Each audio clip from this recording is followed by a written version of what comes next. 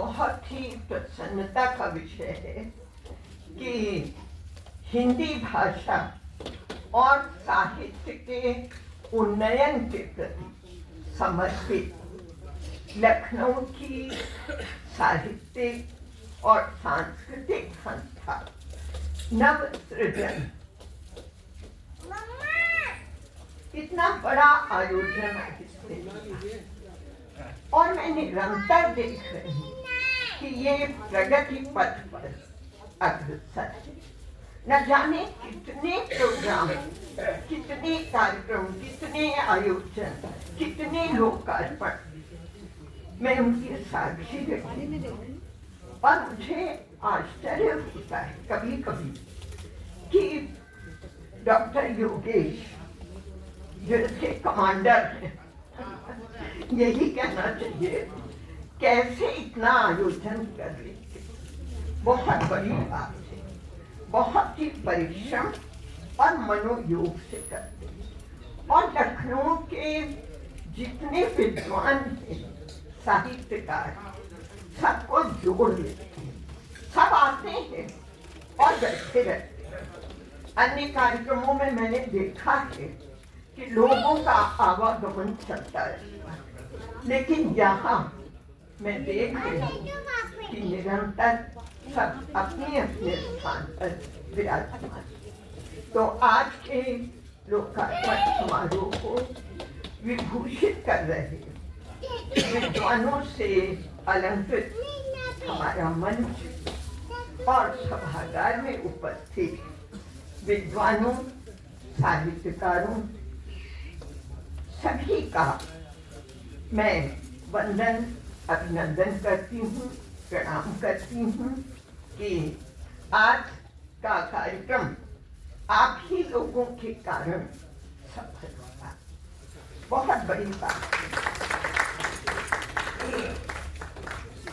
सर्वप्रथम लोकार्पित 3 पुस्तकों की कुशल लेखिका, साहित्य आराधिका, संस्था के प्रति समर्पित श्रीमती मंजू सक्सेना जी को मैं कोटिशः बधाई देती हूँ और आप सबकी ओर से उनको पुनः बधाई देती हूँ।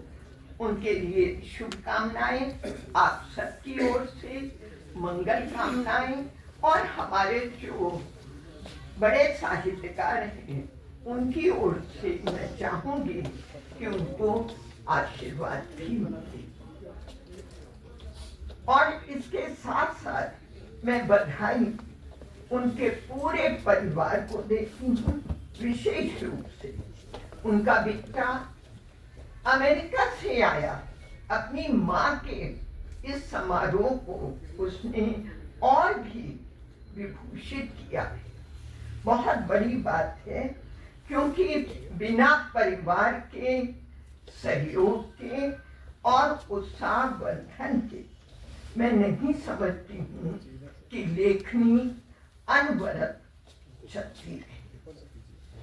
कुछ समय के लिए हो सकता है कि लेखनी चले, लेकिन फिर अवरुद्ध भी हो सकती। तो परिवार का बहुत बड़ा योगदान मंजू जी को मिला है और बेटे को देख के तो मैं इतनी प्रसन्न हुई कि मैं क्या कहूँ कि केवल इस लोकार्पण को अपने आगमन से और अधिक विभूषित किया है। बहुत अच्छी बात है और मंजू जी का तो मैं कितने समय से देख रही हूँ। प्रत्येक साहित्यिक आयोजनों में आप सक्रिय रहती हैं और मैं चाहती हूँ कि ये सक्रियता आपकी बनी रहे। बहुत अच्छा लगता है। आपने पृथक विधाओं में जिन 3 पुस्तकों की सर्जना की है और जिनका लोकार्पण हुआ है, क्योंकि काफी चर्चा हो चुकी है, तो मैं समझती हूँ कि मेरे लिए कहने के लिए अब कुछ शेष नहीं है। लेकिन तीनों रचनाओं में मैंने जो एक बात देखी कि कथा वस्तु यानी कथानक, भावाभिव्यक्ति, भाषा और शब्द चयन, इन दृष्टियों से अगर देखा जाए तो तीनों रचनाएं संपुष्ट हैं। ये कटु यथार्थ है कि पुस्तकें तो ज्ञान की दीप शिखा है, जिनका आलोक कभी मध्यम नहीं हो सकता। ये वो गुलाब हैं जिनकी महक कभी जाती नहीं। और मंजू जी की तीनों कृतियों की सुगंध मैं समझती हूँ कि प्रत्येक पाठक को सुवासित अवश्य करे। और मैं चाहती हूँ कि पाठकों तक ये रचनाएं पहुंचे। और एक बात और कि तीनों पुस्तकों के जो मुख पृष्ठ हैं, सभी ने उसकी बात की है, बहुत ही खूबसूरत। मतलब जिसने भी उसकी सर्जना की है, मैं आश्चर्यचकित। मंजू जी बताएं किसने ये आपको कल्पना की? किसकी कल्पना? योगेश जी का तो कोई जवाब नहीं। लेकिन मैं चाहती हूँ कि केवल मुख पृष्ठ के दर्शन से जो प्राय होता है, पुस्तक मिली, मुख पृष्ठ देखा, पृष्ठ पलट के देखे और रख दिया। मैं चाहती हूँ कि केवल मुख पृष्ठ के दर्शन से हमारे पाठक आह्लादित ना, बल्कि उसे पढ़ने को भी विवश वो पढ़े। और ये मेरी मंगल कामना कि उसको पाठक अवश्य। मुझे आश्चर्य है कि पारिवारिक जीवन को सुखमय बनाने की दिशा में मंजू जी ने अपना सर्वस्व अर्पण किया, और उसके बावजूद भी वो साहित्य सृजन के लिए समय निकालती है। कैसे समय निकाला, मुझे आश्चर्य है। और निरंतर कार्य कर रही है, निरंतर सक्रिय। मैं उन्हें और उनकी लेखनी को नमन करती हूँ। वाकई में महिला सशक्तिकरण की बहुत बातें होती, लेकिन सशक्तिकरण का ये उदाहरण है कि कैसे वो लिखती रही। और कितने कार्यक्रमों में मैं सत्य जी के समय से देख रही कि निरंतर आती रही, बैठी रही समय। और आज हमारे साहित्य मनीषियों ने, आदरणीय नरेंद्र भूषण जी, देवेंद्र प्रसाद दुबे, निवेदिता जी, श्रीवास्तव साहब, सबने इतनी अच्छी समीक्षा की कि मैं समझती हूँ कि यहाँ बैठे जितने विद्वान इन पुस्तकों का रसास्वादन अवश्य करना चाहिए। और हमारे हाशमी साहब, हमारे मुख्य अतिथि द्विवेदी जी, निवेदिता जी, सबने बहुत अच्छी समीक्षा। मैं बात उपन्यास की नहीं करूँगी, क्योंकि 364 पृष्ठों में ये उपन्यास समाये। जितना समय पढ़ने के लिए चाहिए, मैं समझती हूँ उसकी समीक्षा के लिए भी पर्याप्त समय चाहिए, और समीक्षा की भी गई है। लेकिन उपन्यास का जो कथानक है, जो पात्र है, जो चरित्र चित्रण है, और जैसी भाषा संवाद वास्तव में प्रशंसनीय। ऐसा लगता है जैसे दृश्य सामने आए, पात्र सामने खड़े संवाद कर। ये बहुत देखो चलचित्र की भांति दिखाई पड़ता है। ये बहुत बड़ी बात है। जहाँ तक उनके गजल संग्रह की बात है, शीर्षक ही बहुत खूबसूरत, महकने वाला और मोगरा महक। मैंने जब इसको देखा तो मुझे लब्ध प्रतिष्ठ गजलकार देवकी नंदन शांत जी की अभिव्यक्ति याद आ गई। अगर वो यहाँ सामने बैठे होते तो मुझे बहुत अच्छा लगता। वो स्वयं बहुत अच्छे गजलकार हैं और उतनी ही अच्छी उनकी प्रस्तुति रही। मैंने न जाने कितने कार्यक्रमों में उनको देखा। तो उन्हीं की दो पंक्तियां हैं। मुद्दत के बाद फूल खिले, मुस्कुराए हम, आंसू कहाँ किधर गए जो फिर खिलाए।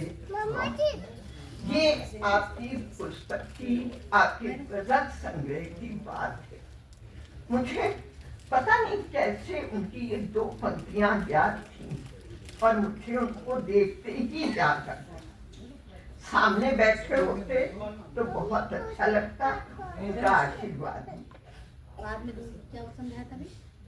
मंजू जी के लिए क्या कहूँ, उनका उर्दू ज्ञान और गजल विधा का गहन ज्ञान बहुत ही प्रशंसनीय। आपके सामने ये बात कही कि उन्होंने किस प्रकार से शब्दों का प्रयोग किया। मैं उनके परिश्रम की दाद देती हूँ। आपकी कुछ मैं अपने को रोक नहीं पा रही हूँ, मैं उद्धृत करना। महफिल में भवानी तुम आज अपने चरण धर, हमें खुद बनाते हैं किरदार अपना, करें ख्वाब भी हम ही साकार अपना। वक्त के हाथों बिखर जाते हैं अच्छे अच्छे, चाह में जीने की मर जाते हैं अच्छे अच्छे। मुझे तो इसको पढ़ के लगा कि शायद ये मेरे लिए और मेरे जैसे न जाने कितनों के लिए उबे नहीं है यार कभी जिंदगी से हम, नाशाद हैं जहाँ की मगर बेहिसी से हम। दुश्मन की दुश्मनी से तो वाकिफ रहे सदा, डरते हैं दोस्तों की मदद दोस्ती से हम। मुझे इसको पढ़ के लगा ये आज का दौर है और हर किसी ने इसको भोगा। दुश्मन तो दिखाई पड़ते हैं पर छिपे हुए दोस्त जो वार करते हैं वो वार दिखता नहीं, केवल उसका जख्म महसूस होता। और आज ये एक परंपरा बन गई। न जाने कितनी जगह ये देखने को मिलता। और मंजू जी ने उससे जो हमारा साक्षात्कार कराया है, मैं वाकई में प्रणाम करता हूँ। बहुत बड़ी बात, मुझे तो लगा ये मेरे दिल की बात है। रखे हैं मैंने जमीन आसमान कागज पर, यूं मैंने भर ली है ऊंची उड़ान कागज। और वाकई आपकी ये ऊंची उड़ान कागज पर मैं चाहती हूँ चलती रहे, बराबर चलती। हमने हर गम को चखा, लज्जते हर दर्द की, तब कहीं जाके तासीरे खुशी जाने में मैं समझती हूँ न जाने कितनों की जिंदगी में यही होता है। बहुत मुश्किल से खुशियां मिलती और गजल को भी आपने नमन किया है। मिल जाएगा गजल को भी ऊंचा मुकाम और गुजरे जो साथ तेरे मेरी एक शाम और। मैं कहूंगी आपकी एक शाम नहीं, आपकी हर शाम इसी प्रकार गुजरे। और भीगे कागज की मानिंद गर जाएंगे, हम भी मिट्टी हैं, मिट्टी में ढल जाएंगे। ये ऐसा आपने संदेश दिया है जो हम लोग शायद कभी नहीं। दिन रात हम लोग यही तो बात करते हैं, पता नहीं कब इंतजार खत्म। तो बहुत ही कहना चाहिए दिल पर चोट करने वाला और सही ढंग से जिंदगी को समझने वाला ये आपकी जो अभिव्यक्ति है बहुत ही खूबसूरत। वाकई मंजू जी बेहद संवेदनशील शायरा है और उन्होंने अंधेरे में दिया जलाया है और सभी को जोश दिलाया है कुछ कहने, कुछ लिखने का और अपने मनोभावों को समझने का रास्ता दिखाया है। कलम की ताकत बताई है, अपने हुनर को महसूस करने का हौसला दिया है। बहुत से लोग हैं लिख सकते हैं लेकिन नहीं लिखते, तो आपने हौसला दिया है कि केवल हम परिवार की चारदीवारी में बंद रहकर ही नहीं, उस बंद चारदीवारी के बाहर भी हम दिया जला सकते। बहुत बड़ा काम आपने किया है और सबकी हौसला अफजाई भी। एक और बात जो मुझे बहुत अच्छी लगी कि कठिन उर्दू शब्दों को हिंदी में स्पष्ट किया है। आपने नीचे उन शब्दों को स्पष्ट किया और ये होना चाहिए, क्योंकि हम सब उर्दू के शब्द तो बहुत बोलते हैं लेकिन जो गजलों में आते हैं शब्द उनका प्रयोग प्रयास नहीं करते। तो उनके अर्थ को समझना भी बहुत जरूरी है, तभी उस गजल का मजा आ सकता है। तो आपने वो स्पष्ट किया है। और एक और बात मुझे बहुत अच्छी लगी कि आपने नुक्ते का जहां प्रयोग होना चाहिए आपने किया, कहीं कोई कमी नहीं थी। और प्रायः मैंने देखा कहानियों में, उपन्यासों में, यहाँ तक कि कविताओं में भी उर्दू के शब्द आते हैं लेकिन नुक्ते का प्रयोग नहीं होता। और उसका जवाब मुझे भी कई लोगों ने दिया कि तो हिंदी में हम लिख रहे, उर्दू का शब्द है तो क्या हुआ।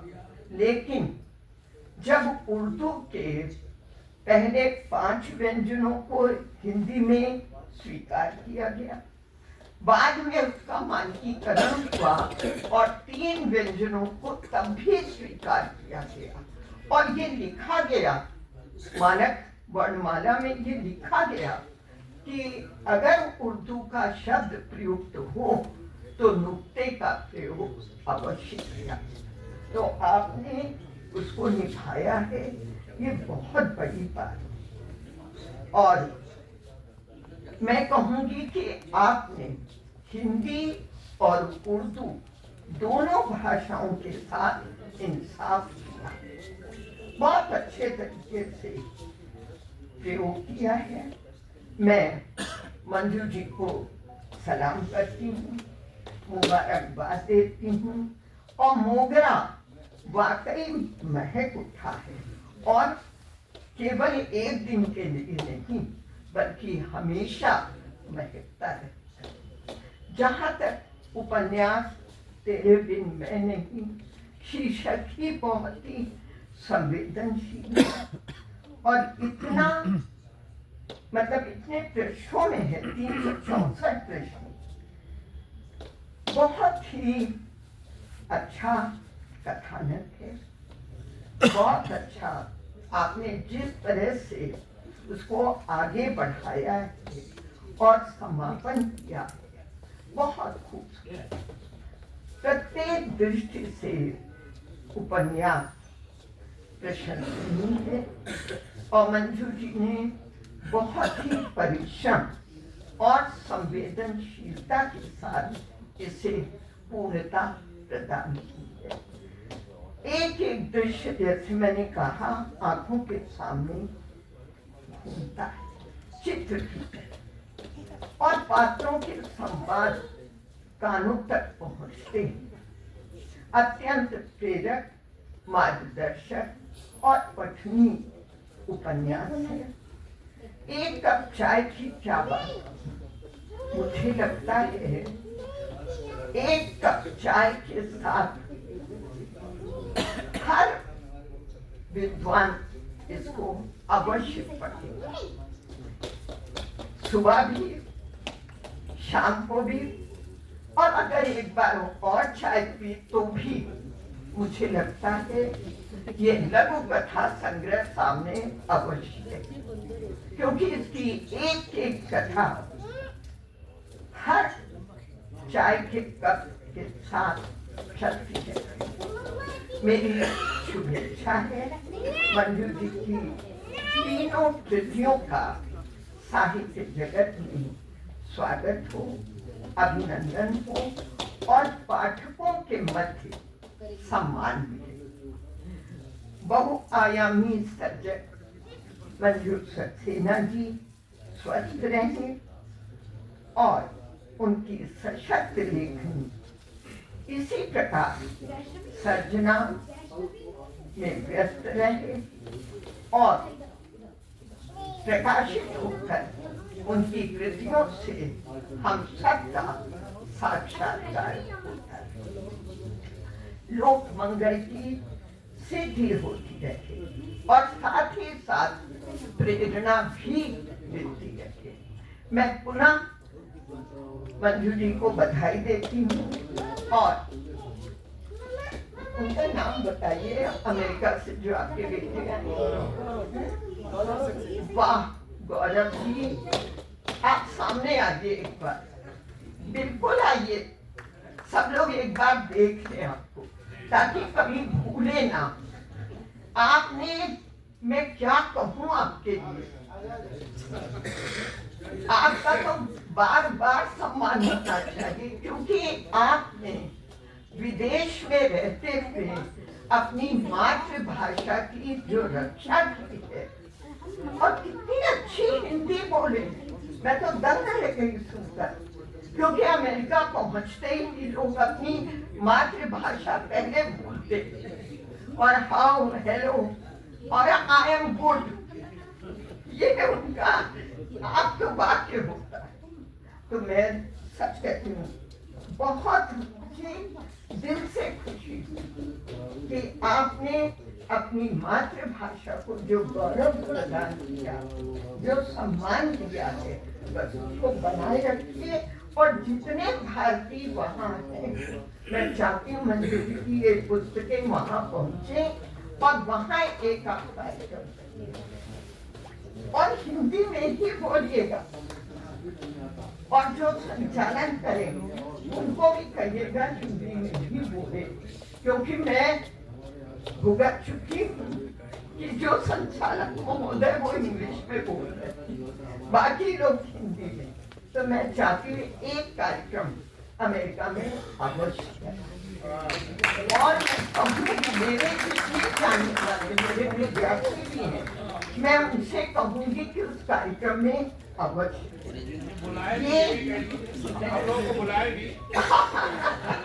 नहीं, मैं तो पहुँच जाऊँगी बिल्कुल, इसके लिए पहुँचूंगी। और सबसे बड़ी बात, वाकई में मैं तो कहती हूँ स्वर्णाक्षरों में आपका नाम लिखा है। बहुत बड़ी बात है। मैं देख रही हूँ, मैं 3 बार गई अमेरिका और मैं देख के हैरान रह गई कि इंडियंस आपस में मिल रहे हैं।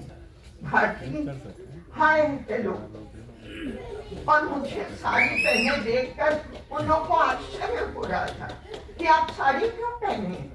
मैंने कहा मैं भारतीय हूँ, मैं हिंदी बोलती हूँ, इसलिए जो मेरी वेशभूषा वही पहनती। तब लोगों को लगा, जो वहाँ भारतीय थे उनको लगा कि हाँ ये बात। तो आपने जो शंख बजाया है, मैं चाहती हूँ वो हमेशा उसकी ध्वनि हर भारतीय के पास। बहुत बड़ी बात है बेटा, माँ के लिए इतना करना और अपनी मातृभाषा के लिए समर्पण भाव बहुत बड़ी बात, बहुत बड़ी। मैं सबकी ओर से आपको शुभाशीष देती हूँ कि आप इसको लगातार निभाते रहें। बहुत बहुत धन्यवाद आपका।